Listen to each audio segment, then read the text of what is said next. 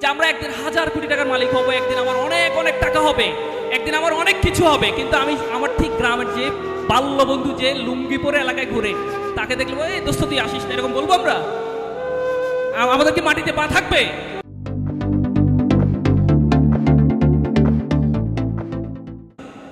তোমরা বলো তো বাংলাদেশের রাজধানীর নাম কি? ঢাকার সাথে মিল আছে এরকম আরেকটা দেশের রাজধানী আছে, বলতে পারো কেউ? আপু তুমি বলো তো ভাইয়া, শুনে না তো কেউ, একজন একটু জোরে বলো তো। হ্যাঁ, সেনেগালের রাজধানী, রাইট। সেনেগালের রাজধানীর নাম ঢাকা, সাথে একদম শেষে একটা র আছে। সেনেগাল পশ্চিম আফ্রিকার একটা দেশ, খুবই দরিদ্র দেশ, খুবই দরিদ্র দেশ। সেনেগালের একটা এলাকা আছে, এখান থেকে কিন্তু প্রশ্ন আসবে, আমি কিন্তু আবারও বললাম। বাম্পালি কি? বাম্পালি একটা গ্রামের নাম, সেনেগালের একটা গ্রামের নাম বাম্পালি। সো ওই গ্রামে একটা ছোট্ট বাচ্চা 7 বছর বয়স তার, 1992 সালে সে জন্মগ্রহণ করছে। সো 1998 সালে বিশ্বকাপ কারা চ্যাম্পিয়ন হয়? কারা? ফ্রান্স। ফ্রান্স কারা? ফ্রান্স। সো 1998 বিশ্বকাপের চ্যাম্পিয়ন ছিল ফ্রান্স।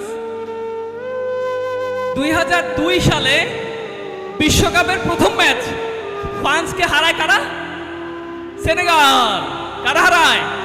তখন বলা হইতো যে আফ্রিকান ইগল আসছে সেনেগাল। সো ওই সেনেগাল যখন 2002 সালে ফ্রান্স কিন্তু তার আগের বারের চ্যাম্পিয়ন, বিশ্ব চ্যাম্পিয়ন এবং প্রথম ম্যাচে হারাই দেয়, এবং ওই সেনেগাল কিন্তু সেইবার কোয়ার্টার ফাইনাল খেলে।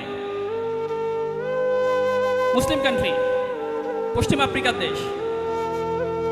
সো ওই সময়ে সেই 1992 সালে যে ছেলেটা জন্মগ্রহণ করছিল, সে একটা স্বপ্ন দেখছিল যে এই যে বিশ্বকাপে ফ্রান্সকে হারাইছে এই দল, আমি খেলতে চাই। 2002 সালে সে স্বপ্ন দেখছে, তখন তার বয়স কত? মাত্র 10 বছর বয়স। আর গ্রামের লোকজন তারা বলতেছে তুই পাগল হয়ে গেছিস। আমাদেরকে নর্মালি যেরকম বলে, আমরা যদি বলি যে আমি বিশ্ব জয় করতে যাবো, পাগল হয়ে গেছে, এর একটু পাবনা থেকে ঘুরে নিয়ে আসো। সো ওর বাবা ছিল মসজিদের ইমাম। কি ছিলেন? মসজিদের ইমাম। সো নর্মালি মসজিদের ইমামরা চাইতো তার ছেলের, তার বাবা তাকে চেয়েছিল সেও মসজিদের ইমাম টাইপের কিছু একজন হোক, একজন ভালো মানুষ, ধর্মীয় মানুষ হোক। কিন্তু সে শুধুমাত্র তার, আমরা ছোটবেলায় কি খেলছি? আমরা অনেকে খেলছি, যেমন কাগজের ঠোঙ্গা আছে না, এগুলাকে ছোট ছোট করে গোল গোল করে বল বানাইতাম, লাথি মারতাম, ফুটবল খেলছো তোমরা? সেও এরকম হচ্ছে কাগজের ঠোঙ্গাকে নিয়ে ফুটবল খেলতো, এবং বলতো, লোকজন বলতো যে পাগল হয়ে গেছে। তার এই জিদ দেখে তার বাবা মারা যায়, তার যখন বয়স 11। চাচার কাছে বড় হচ্ছে, চাচা তখন তাকে, তার জিদ দেখে চাচা গ্রামবাসী সবাইকে ডাকছে, ওই যে ডাম্পালি শহর, ডেকে সবাই বলছে ওকে আমরা সবাই মিলে একটু টাকা তুলে দিই, ওকে একটু রাজধানীতে পাঠাই। কেন রাজধানীতে কেন যেতে হয়? কেন যেতে হয় রাজধানীতে? কেন যেতে হয়? তোমাদেরকে কেন ঢাকা যেতে হবে? কেন গাজীপুর যেতে হবে? ওয়াই? কারণ এখানে তোমার বন্ধু তোমাকে প্রতিদিন চা খাওয়ার জন্য ডাকবে, প্রতিদিন তোমাকে বলবো যে প্রেম যমুনার ঘাটে গিয়ে একটু ঘুরে আসি। সেই জন্য সেও ঢাকায় চলে গেছে, রাজধানীতে গিয়ে জেনারেশন ফুট নামে একটা ক্লাব আছে, ওই ক্লাবে যোগদান করছে। তো সেই ক্লাবে যোগদান করার পরে খেলতেছে হঠাৎ এক কোচ, বুড়া কোচ, তাকে বলেছে তোরা দিয়ে কিছু হবে না, তোর তো বেটা পায়ের বুটে ঠিক নাই, ছেঁড়া টেরা বুট নিয়ে আসছিস। তো সে তখন একটা চমৎকার রিপ্লাই দিয়েছিল, সে বলছে যে এইসব খোঁচা টোচা মেরে আমাদের লাভ নাই, আমি মাঠে দেখাই দেব। আমি কার কথা বলছি? বলো কার কথা বলছি? সাদিও মানের কথা বলছি। বর্তমানে তার শুধুমাত্র 1 সপ্তাহের 7 দিনের ইনকাম 2,20,00,000 টাকা, বাংলাদেশি টাকায়, অনলি 7 ডেজ। সে বর্তমান পৃথিবীর একটি শ্রেষ্ঠ ধনী ক্লাব আল নাসেরের ফুটবলার, সৌদি ক্লাব। কেন আমি তার কথা বলছি? পৃথিবীতে অনেক প্লেয়ার আছে, কেন বলছি তার কথা?